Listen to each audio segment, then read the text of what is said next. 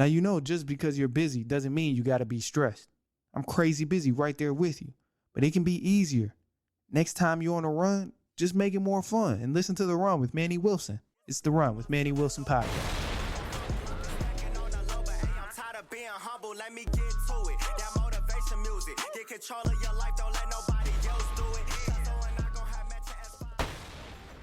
What's up, everybody?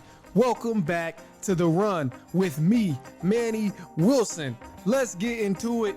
I got a great topic for y'all today. We're touching on the postseason awards, but before I jump into that, let me get you a little news for The Run. So, in the win against the Brooklyn Nets, Giannis Antetokounmpo passed Kareem Abdul-Jabbar in franchise points with the Milwaukee Bucks.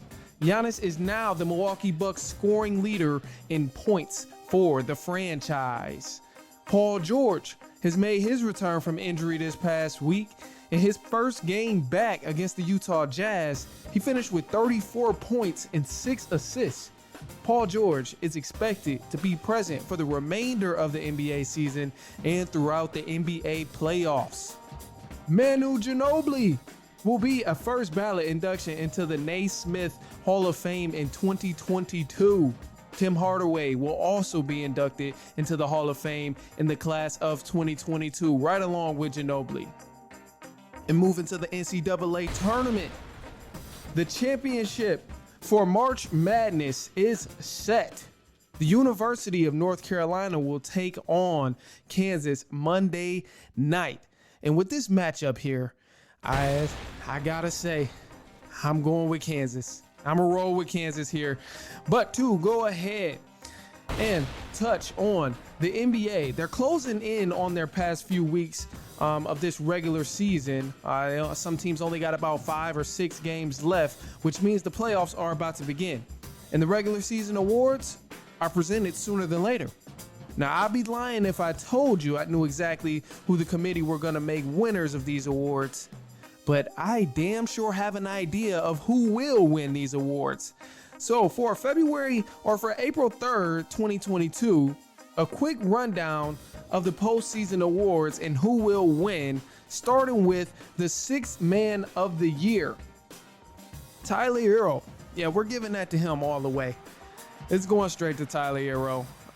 He's been coming off the bench, averaging 20 this season, shooting 43%, still an improvement from his last season, so that's easy.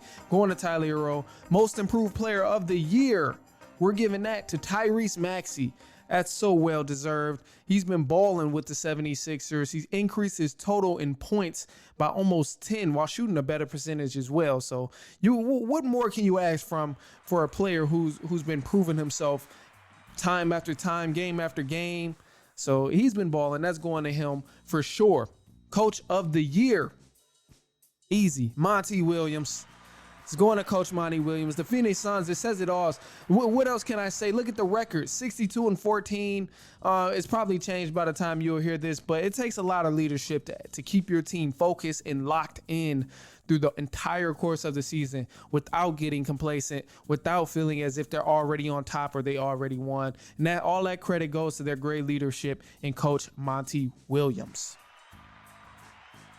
Now, the Defensive Player of the Year. I really wish there was another way to assess this award. It would be nice if it wasn't so statistically based. This award is really just leading in statistics when there's a lot of great guys that play defense, but they don't get the recognition for it. But I'm going to split it into two because of that, by who should win the award and who will most likely win. With the award of who should win, Marcus Smart deserves to be the Defensive Player of the Year, without a doubt. This award belongs to Marcus Smart.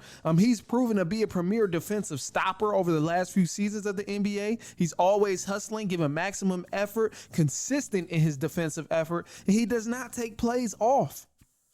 Like, what else could you ask and what else could you want from a player to play defense and to not take plays off?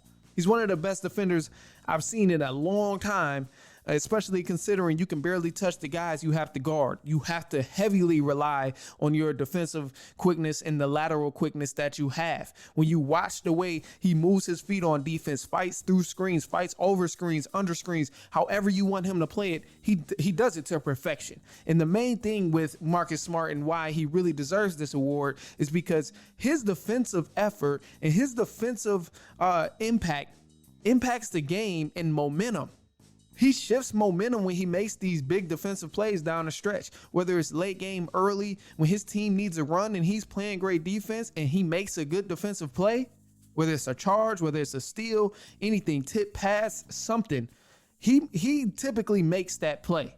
And that shifts the momentum a lot. So it has to go to Marcus Smart if we're talking defensive player of the year. Now, the person I think it will go to is Rudy Gobert. I think the committee is going to give it to Rudy Gobert just because he's leading in rebounds and blocks. And I mean, whenever the committee sees someone's leading in stats, they just lose their minds and they go crazy about it. So I think they're going to go ahead and give it to Rudy Gobert. But Marcus Smart, he should be the winner. Marcus Smart should be the winner of Defensive Player of the Year. Moving to Rookie of the Year. The Rookie of the Year is between my guy, Cade Cunningham, and Evan Mobley. And you guessed it, damn right, I'm going with Cade Cunningham. This award belongs to Cade Cunningham.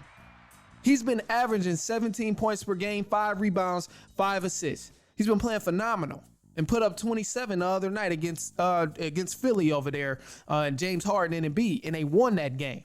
Now I get Cade Cunningham didn't have the typical idea start that a rookie would dream of going through his injuries. However, as soon as he became healthy and since he's been playing healthy, he's proved his worth in the NBA. He's proved his worth to the Pistons. He's been scoring 20 plus points and 5 assists in all but 3 of his last 19 games. He's averaging 22 for the month of March. And his only setback is that his team isn't in the playoffs. But, I mean, who would expect the Pistons to be in the playoffs right now? If he was able to take them to the playoffs with the team they have, man, we will be talking MVP right now. But because his team isn't in the playoffs, that's where Evan Mobley kind of has him beat a little bit in this race. Because Evan Mobley, he is a good contender for the Rookie of the Year. He's a great player. Let's not get that twisted at all. He's been extremely effective for his team, consistent numbers, averaging 14 and 8 rebounds. And he his part in his role that he has to play to his team fits them perfect. And it just so helps them get into the playoffs. So I understand it there.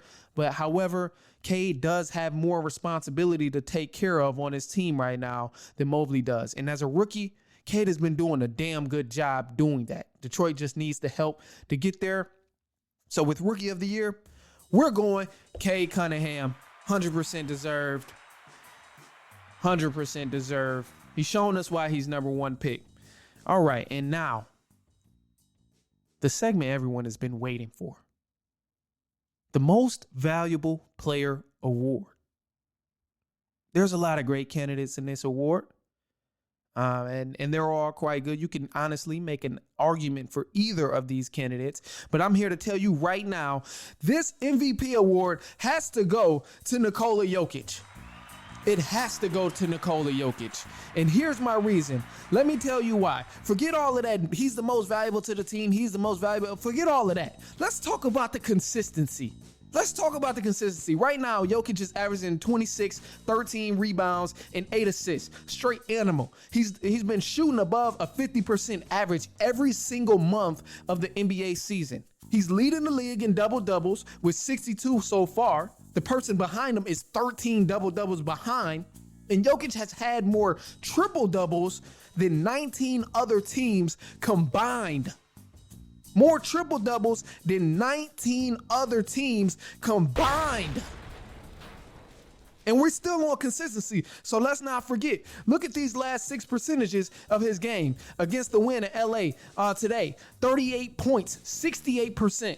Pacers on 330, 37 points, 78%, 52%, 26 points, 86%, 35 points, 90%, 28 points.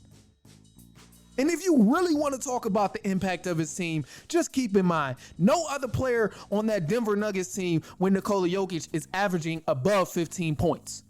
That tells it all right there. They don't have multiple stars.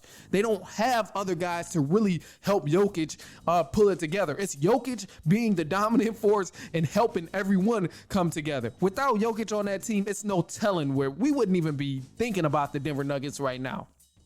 He's taken an average team and made them a playoff team in a tough Western Conference. Jokic, and doing all of this at a consistent rate.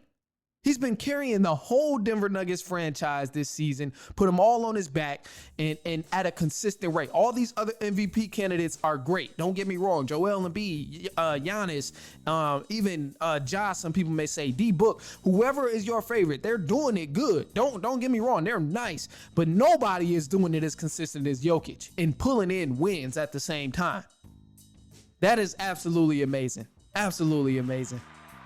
Nikola Jokic is the MVP of this league in 2022 for this season because no one else is doing it.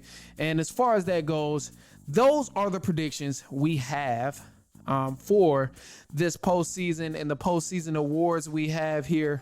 So as far as then, we will be back next week.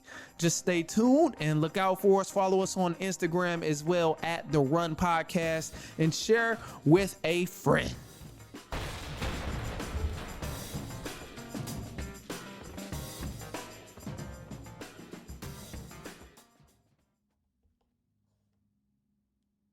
Now, don't be selfish. You might have a friend, family member, coworker who's on the run too.